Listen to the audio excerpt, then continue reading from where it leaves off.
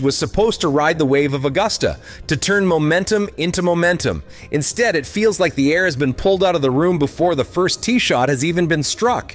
Because when the field was announced, something didn't add up. The names you expected to see weren't there. And suddenly, the silence started to say more than the noise ever could. 6 of the biggest names in golf are gone. And the PGA Tour has a problem. Not 1, not 2, 6. Players who define ratings, headlines, and the very identity of modern golf have either withdrawn or chosen not to show up. Rory McIlroy, fresh off the emotional high of Augusta, is nowhere to be found. Justin Rose, still chasing answers after another near miss, has stepped away. Others have quietly followed.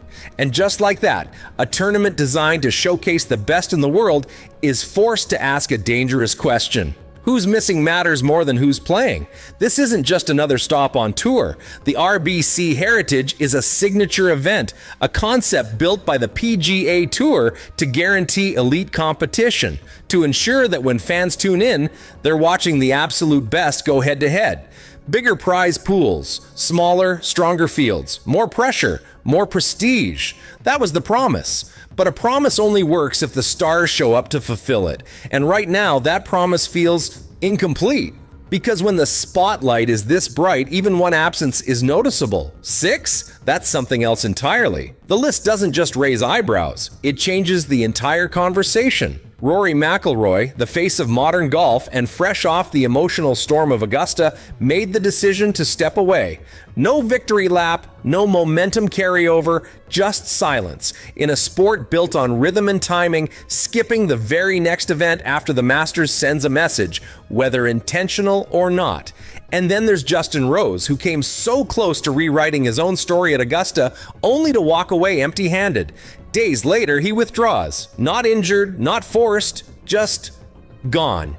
2 names, 2 storylines, and already the field feels lighter than it should. But it doesn't stop there. Hideki Matsuyama, a Masters champion and global icon, is absent. Adam Scott, one of the most respected veterans in the game, also missing. These aren't fringe players filling out the bottom of the leaderboard. These are anchors. These are the names that bring international attention, the players who make early tee times feel like prime time. Add in other notable absences quietly stacking behind the scenes, and suddenly the number grows. 5, 6, maybe more depending on how you define star. And that's when the realization hits. This isn't a coincidence anymore. This wasn't supposed to be a weak field. This was supposed to be elite.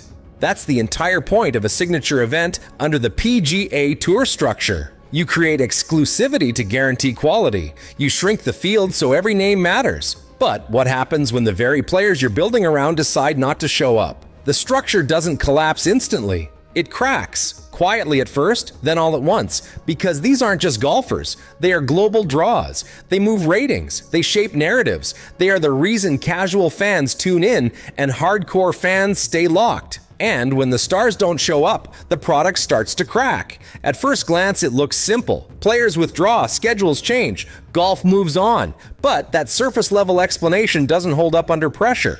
Because what happened at the RBC Heritage isn't random, it's a pattern. The Masters at Augusta National Golf Club is not just another tournament, it's an emotional marathon disguised as a golf event. 4 days of relentless focus. Global media attention. Career-defining stakes. And when it ends, it doesn't just leave a leaderboard behind, it leaves exhaustion. The kind you don't recover from in a few days.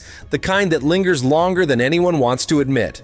This is where the real story begins. Because the withdrawals aren't just physical decisions, they're mental ones. Players walk off Augusta carrying more than scorecards. They carry pressure, disappointment, adrenaline crashes. For some, like Rory McIlroy, the emotional high is so intense that stepping away becomes the only option. For others, like Justin Rose, the emotional low hits just as hard. You don't just reset from that overnight. And yet the calendar demands exactly that. No pause, no buffer, just another high-stakes event waiting 5 days later. That's not recovery. That's survival. And then there's the structure itself. Signature events were designed by the PGA Tour to guarantee elite competition. Smaller fields, bigger purses, higher expectations. But with that comes pressure. Pressure to show up, perform, and deliver every single week. Combine that with a schedule that stacks one massive event on top of another, and suddenly the system starts to feel less like an opportunity and more like a grind. A grind even the best players in the world are starting to push back against. And here's the twist that makes it even more complicated. Brooks Koepka isn't just absent, he's not even in the field. Not by choice, but by structure. Eligibility rules, tour politics, system limitations. So while some stars are choosing to step away, others don't even get the chance to step in. And that's when the narrative shifts. Because this isn't just about who left, it's about why they're leaving. This is where the pressure stops being subtle and starts becoming visible. Signature events were built by the PGA Tour as the answer to modern golf's biggest problem: fragmentation.